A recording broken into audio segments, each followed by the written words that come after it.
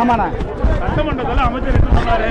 தினந்தோறும் 2000 மூட்டை அரசு நேரடி கொள்முதல் கொள்முதல் செய்தா சொன்னாரு. ஆனா இங்க லோட்மேனை கேட்டா அவர் ஒரு நாளைக்கு 900 மூட்டை தான் நாங்க நேரடி கொள்முதலத்துல நாங்க மூட்டை இடம் போடுறோங்கிறாங்க. அப்ப இதுல இருந்து என்ன தெரியுது?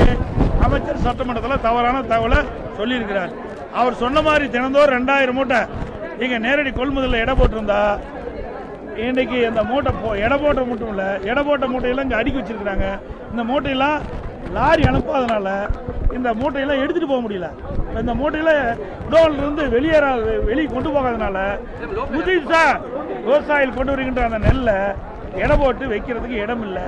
கிட்டத்தட்ட 15 நாள இந்த காட்டூர் பயிலுக்கின்ற மக்கள் நாங்கள் நிலங்களில் விளைந்த அந்த நெற்பயிரில் இருந்து இந்த நெல் மணிகள் எல்லாம் மூட்டை பிடிச்சி இன்றைக்கு பல மூட்டைகள் மழையில் நனைஞ்சு முளைச்சிருக்குது.